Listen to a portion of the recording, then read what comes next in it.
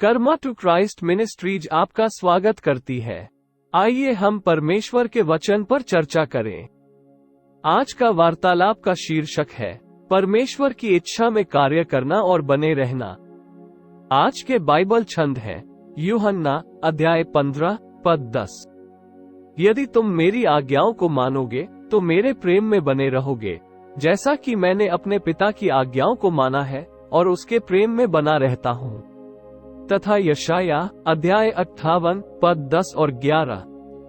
उदारता से भूखे की सहायता करे और दीन दुखियों को संतुष्ट करे, तब अंधियारे में तेरा प्रकाश चमकेगा और तेरा घोर अंधकार दोपहर का सा उजियाला हो जाएगा।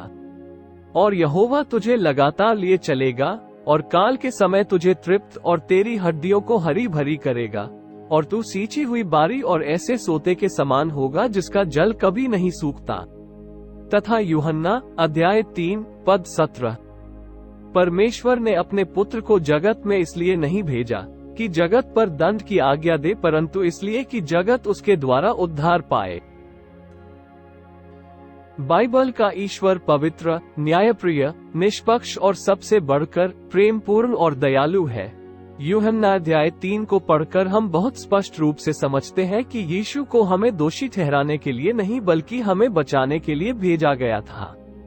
हमारे पाप, विद्रोह और शैतान हमें हमारी गलतियां दिखाने के लिए पर्याप्त है और हम अपना पूरा जीवन निंदा और न्याय महसूस करते हुए जीते हैं।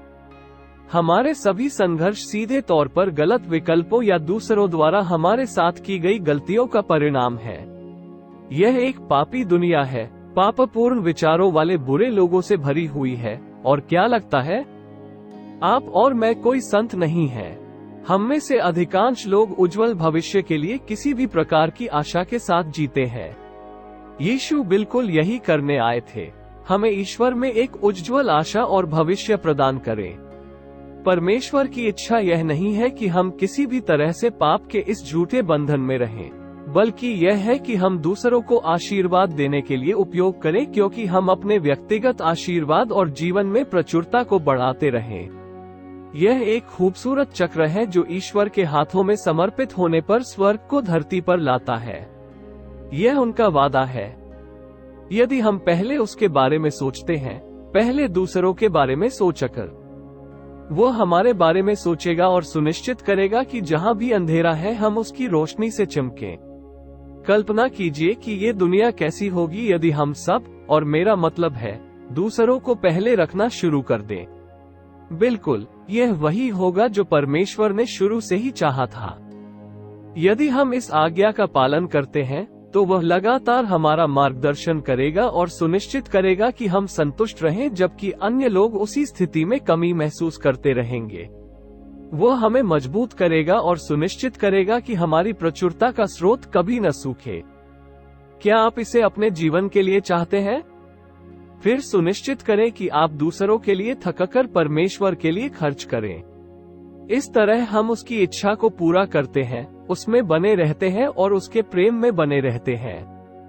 आइए प्रार्थना करते हैं। स्वर्गीय पिता, आप ही वह हैं जो अपने झुंड का दौरा करते हैं और उन्हें युद्ध में अपना शाही घोड़ा बनाते हैं।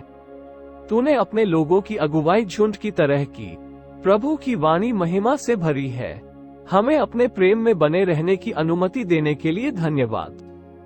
आपके सच्चे, प्रेमपूर्ण और क्षमाशील स्वभाव को समझने के बजाय ये सोचने के लिए हमें क्षमा करें कि आप एक क्रूर और अन्यायी परमेश्वर हैं।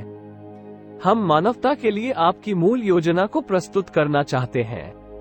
हमारे पास जो कुछ भी है उससे हमारे समुदाय, कलीसिया और परिवार की जरूरतों को पूरा करने में हमारी सहायता करें।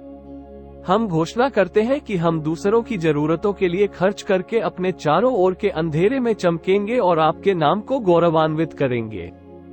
प्रार्थना और जरूरतमंदों को दान देकर दूसरों के जीवन को बदलने के लिए हमारा उपयोग करें। अब हमें वो प्रचुरता प्राप्त होती है जो आपके प्रेम में बने रहने और यीशु के नाम पर आपकी आज्ञाओं का पालन करने से आती है। हमारे निर्जन स्थान अब उजाड़ या फलों से रहित न रहें। आइए हम सींचे हुए बगीचे की तरह बने, जिसमें फिर कभी किसी अच्छी चीज की कमी न हो। हम यीशु के शक्तिशाली नाम में मांगते हैं, आमीन।